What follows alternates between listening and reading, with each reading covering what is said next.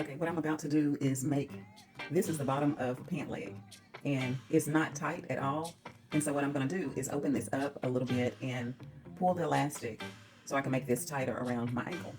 But because I've already opened one, I'm gonna show you what it looks like so far. Okay, so this is one that I've opened already, and I just opened it a little bit. I pinned it together.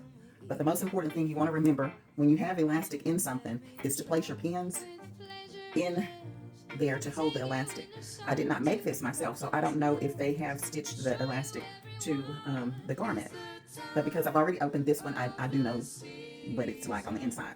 And they did stitch it just right at the tip of it, which is really good. It keeps the elastic from turning on you. So you want to place two pins because you're going to have an opening. So you want to make sure that you place your pins where the elastic doesn't slide back, and then you have to try to get it back through there. Okay, so I'm going to take the seam ripper and I'm going to open it up. I can take these pins out because I know now that I've opened one that I don't need the pins. But I'm going to take my seam ripper and I'm going to open this one just like I did the other one, and I'm going to stitch it together.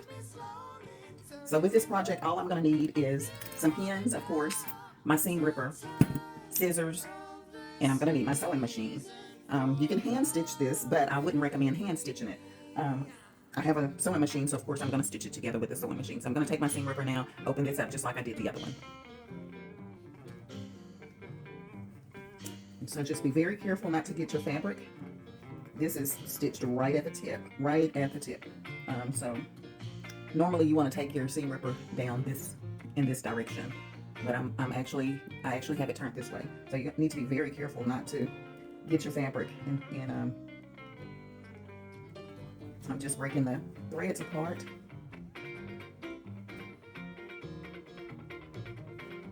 And once I do this,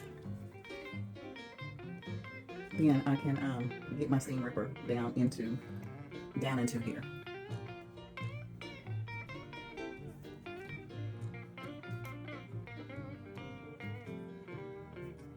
You have to have patience when when being a seamstress. It's very important to be patient. Always keep your good seam ripper close by, because no matter how good you think you are, you will make mistakes and you will need to take it apart, whether it's something that you put together or something that you purchased.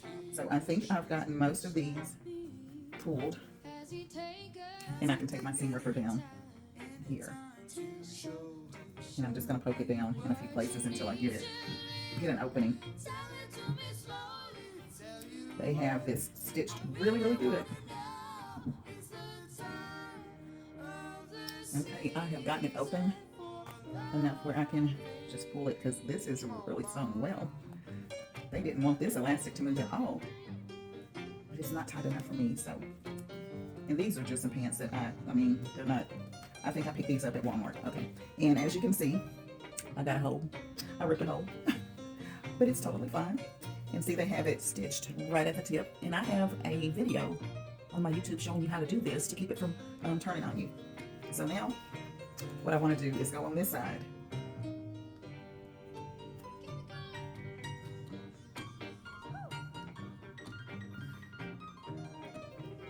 Okay, so all I needed is just a couple little stitches out, and then it just comes apart. So what I'm going to do is I'm going to cut that little piece off.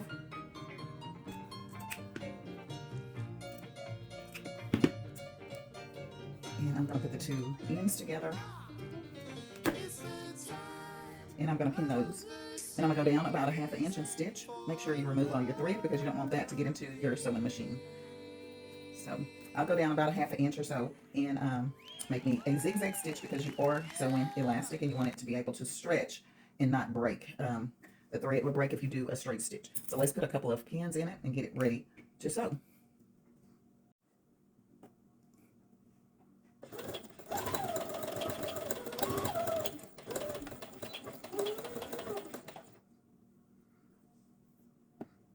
Okay, I actually want to bring this back, change this.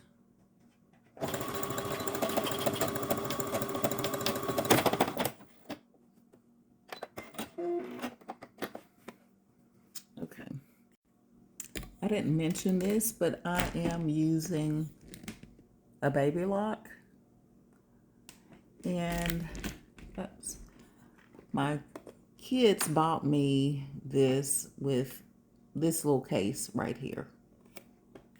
In this case, you have all kinds of needles that you need, and it tells you um, which needle is which is really nice to have, especially when you have a new machine and maybe your family don't know what type of stuff that you normally stitch. So they don't know which needles you need. So you have all of these needles. So you need to make sure, I didn't say this before, but you need to make sure that you have the correct needle. And for this baby lock, it's a 9014. That's a stretch needle. And this is what it looks like. You get it out the can, and you have 6 needles in each one of these. Well, in all of them except for the twin. You do have a twin in this box, but this is the stretch needles, the 9014. So make sure that you're using the correct needles when you're sewing. Okay, I don't know how well y'all can see this, but I'm stitching it down. I did it with the white thread so you can see it better. So right in there is where I opened it.